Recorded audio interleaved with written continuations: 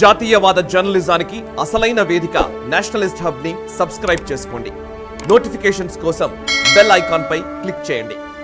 రామరాజ్య స్థాపన అని ఇందాక మురళీ మనోహర్ గారు అన్నారు. సో ఆ స్థాపనలో భాగంగా అండ్ 2047 అభివృద్ధి చెందిన దేశంగా మనం ఉండాలి అంటే సో నిజంగా ఈ కాన్సిక్వెన్సెస్ అన్ని కూడా దానికి తోడవుతున్నాయని మనం అర్థం చేసుకోవాలి ఒక గ్రేటర్ విజన్లో.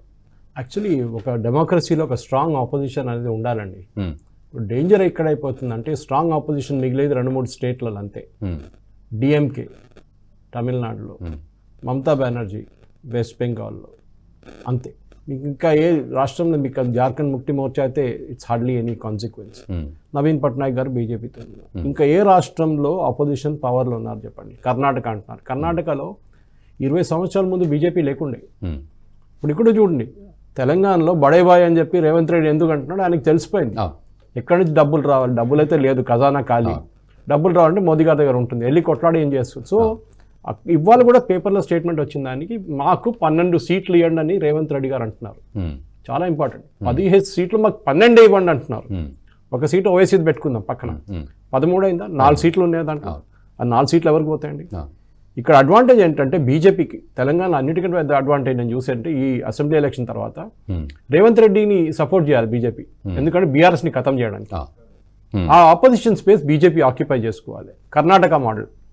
కర్ణాటకలో దీనికన్నా ముందు కాంగ్రెసే ఉండే, జనతాదళ్ ఉండే, వీళ్ళిద్దరే పెద్ద పార్టీలు ఉండే. కానీ సడన్గా బీజేపీ వచ్చి ఇప్పుడు జనతాదళ్ ఒక మైనర్ పార్టీ లాగా అయిపోయింది. ఇక్కడ రేవంత్ రెడ్డి చూసుకుంటాడు. ఆయనకు పర్సనల్ ఒక కోపం ఉంది. కూతురు పెళ్లి టైంలో తీసుకెళ్లి జైలు వేసిన మనిషి కేసీఆర్ని ఇడవాడు, ఆయన ఖతం చేసి పడేస్తాడు. సో వాళ్ళ ఎమ్మెల్యేని కొనుక్కుంటాడో ఏం, ఎందుకంటే వీళ్ళు కూడా చేశారు కదా, వీళ్ళు కూడా తక్కువ కాదు బీఆర్ఎస్ వాళ్ళు, వీళ్ళు కూడా వాళ్ళ ఎమ్మెల్యేని కొనుక్కున్నారు. సరే నేను చూసుకుంటా అని చెప్పి కార్పొరేటర్ నుంచి, ఎమ్మెల్యే నుంచి, పంచాయతీ నుంచి, జడ్పీటీసీలు అందరిని కొనేసుకుంటున్నాడు. అందరు ఇటువైపు వచ్చేస్తారు. సో ప్రిన్సిపల్గా బీఆర్ఎస్ ఫినిష్ అయిపోతుంది. సో మనం రఘుగారు ఎప్పుడు మీకు తెలుసు పాలిటిక్స్లో ఆ చైర్ చాలా ఇంపార్టెంట్. ఆ పవర్, ఆ పవర్లో లేనివాడు కుక్క కూడా తిరిగి చూడండి మిమ్మల్ని. అది జరుగుతుంది. ఇప్పుడు కేటీఆర్ని చూడండి, ఎవ్వడు పట్టించుకోవట్లేదు. లేకుంటే డైలీ భజన ఉంటుండే ఆయనకి, ఇప్పుడు ఎవ్వడు పట్టించుకోవట్లేదు. ఖతం, ఆ ఫినిష్ అయిపోయింది అక్కడ చాప్టర్ అది. సో దాంతోనే నవీన్ పట్నాయక్ కూడా అర్థం చేసుకున్నారు. సో ఇది బీజేపీతో ఉంటే నాకు కూడా మంచిది, నా లెగసీ ఒకటి ఉండిపోతుంది. కరెక్ట్. ఈయన చాలా, ఆయన ఫాదర్ గురించి ఎప్పుడు కూడా మనం మాట్లాడుతూ ఉంటాం. మనం తెలుసు, మన నైబరింగ్ కంట్రీ నుంచి వాళ్ళ ప్రిన్సెస్ని తీసుకొచ్చి ఇక్కడ ప్రొటెక్ట్ చేసిన కూ నుంచి బిజు పట్నాయక్ గారు, ఆయన పైలట్ ఉన్నప్పుడు ఎయిర్ ఫోర్స్లో. ఇట్లాంటి చాలా మటుకు ఇప్పుడు కూడా బిజు పట్నాయక్ గారిని గుర్తుపెట్టుకుంటాం మనం.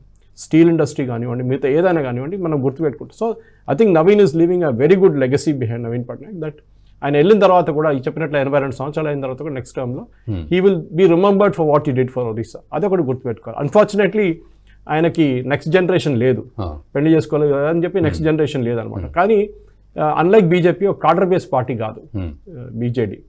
దేశంలో ఉన్న 2 కార్డర్ బేస్ పార్టీస్, ఒకటి కమ్యూనిస్టులు, ఒకటి బీజేపీ.